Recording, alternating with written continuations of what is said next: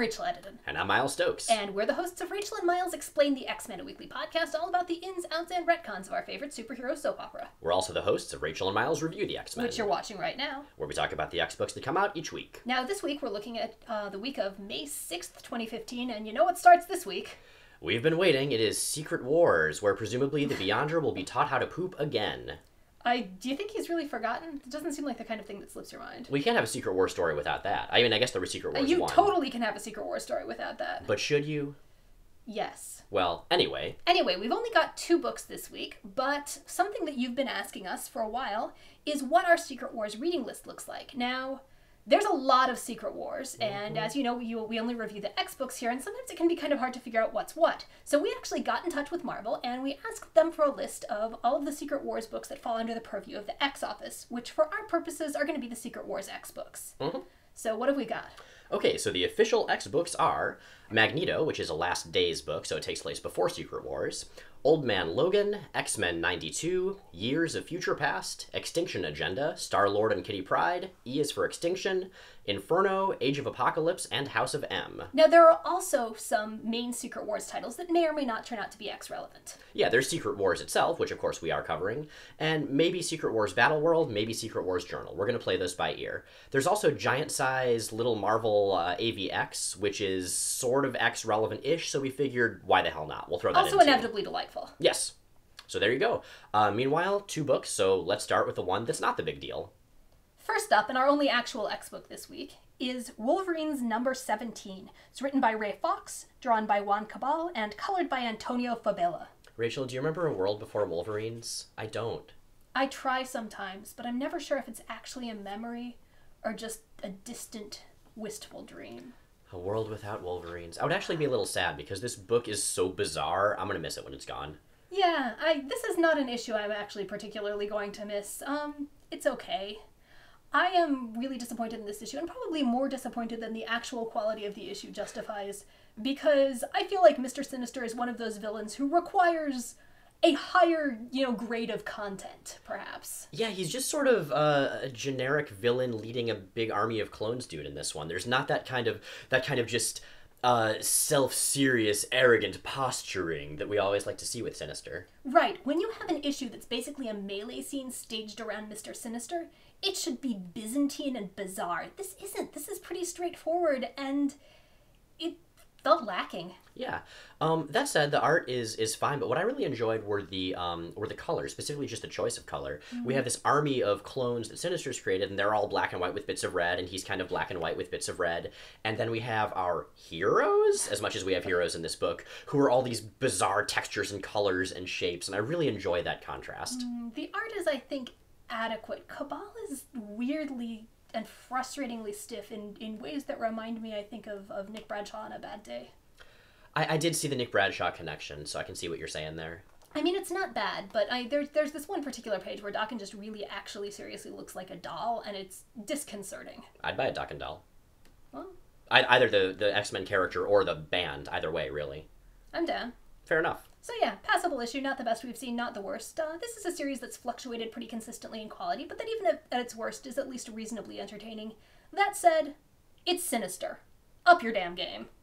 So here we go. Secret Wars #1, written by Jonathan Hickman, with art by Asad Ribic, and colors by Yves Forcina. I don't know about that pronunciation. We do what we can here. If you know, please tweet or email or comment to correct us, and we will fix it next time. Or if you are that person, and if so, hey, nice work. Although if you are that person, you presumably also know how to pronounce your name, so my point stands. Yes, well, true.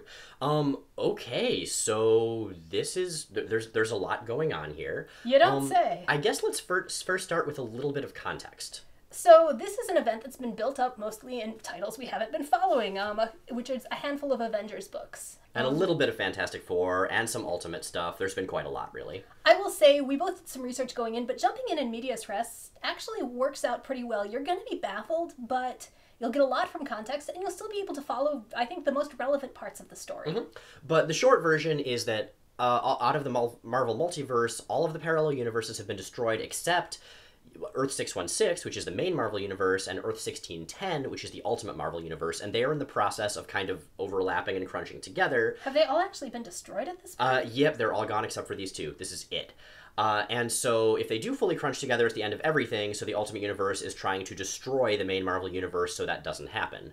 So basically it's a big war. Normally heroes fighting heroes bores the crap out of me, but this is a really good excuse, I gotta say. Well, yeah, and in the Ultimate Universe, the heroes are kind of early aughts screwed up. I would hesitate to qualify a lot of them as heroes, actually. Well, especially since one of the big people in the Ultimate side of things right now is Ultimate Reed Richards, who's a straight-up villain who's smart enough that the heroes still listen to him sometimes. Yeah, he's terrifying. I hadn't read any Ultimate Fantastic Four, and this dude is seriously screwed up. But the upshot is, in addition to officially confirming that the main Marvel Universe is in fact 616, which there's been some argument about, well, that's confirmed in this book. It's been confirmed before, but there were a lot of people who were insisting that because of the destruction of other universes, its number was going up. 615 or It whatever. has not. Yeah. It is officially 616 as of Secret Wars #1, so there. Which is the end of it, so okay.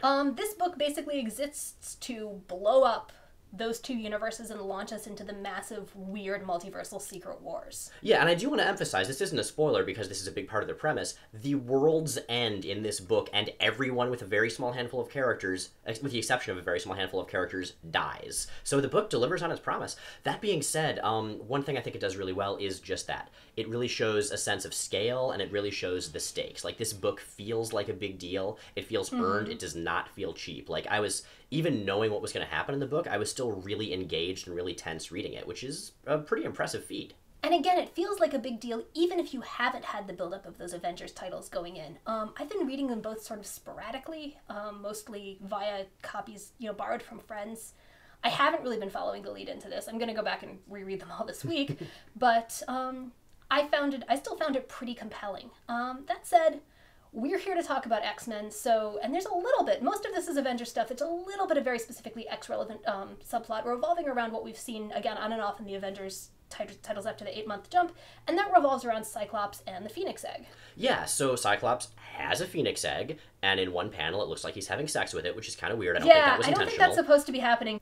Editors, this is why your job matters, because when someone is not setting out to draw someone, putting their dick in a Phoenix Egg, they're generally not going to see that. And yeah, that's where you come in. Step it up. So anyway, yeah, there are a couple other X things. I mean, Cyclops is apparently in charge of something called Nation X. They have Sentinels. Right, this is something we've seen bits and pieces of in the books that have covered the stuff after the 8-month jump. But again, it's really just been teased in fragments. If you've been following those, you're not going to know a ton more about that stuff than we are. Really got, thrown into the deep end. Yeah. So yeah, Secret Wars #1. I gotta say, for a big punchy summer event, I'm actually really enjoying it so far. Yeah, I like the extent, and I find it easier to approach it looking at it as sort of existing entirely separate from current X continuity. Because there's very little that's cross-relevant, honestly. Look at this as its own thing, the way you'd look at something like Age of Apocalypse as being its own thing. Yeah, and of course, if you're interested in what happens after, this is going to set up the next part of continuity, and it's really enjoyable, so I would say this issue is absolutely recommended. So, between those two books, what would you say is our title of the week? I gotta go with Secret Wars #1. I was actually very pleasantly surprised. Great writing, great art. I was really engaged. I want to see what happens next. Good stuff all around. Did it teach you important things about yourself? I feel like I'm a better person now, yeah. So what's our panel of the week? Well, yeah, inclined as I may be to go with the, accidental Phoenix Egg sex panel, I really, really like this page, actually this whole page. Because I think it's a great example of layout being used as a narrative tool, pulling that focus in from the cosmic to the personal, because honestly, that's a lot of how I think of Spider-Man as a character, and getting good character moments in a book like this is often really dependent on storytelling and style. I think this does a good job of that, and again, does a good job of situating the character within the larger context and the larger event. So there you go. That's it for this week. Thanks for watching. If you like what you've seen here, please check out our podcast, Rachel and Miles Explain the X-Men. New episodes go up every Sunday at rachelandmiles.com, also on iTunes and Stitcher, and I believe that this week we are finally wrapping up the last of the Secret Wars 2 tie-ins. We are indeed, and that's with my favorite of those tie-ins, which is where the Beyonder shows up in the New Mutants again, and kills and resurrects them, and it's really dark, and there's a lot of good character work. This is really good stuff, and this is actually one of my favorite eras of New Mutants, so check it out. That podcast, these video reviews, and everything at rachelandmiles.com are brought to you courtesy of our awesome Patreon subscribers. You make all of this possible. If you want to join their August ranks, you can do that via the link immediately below. Mm-hmm. In the meantime, we will see you next week, assuming there is still a world to see you in. Comics. Nope.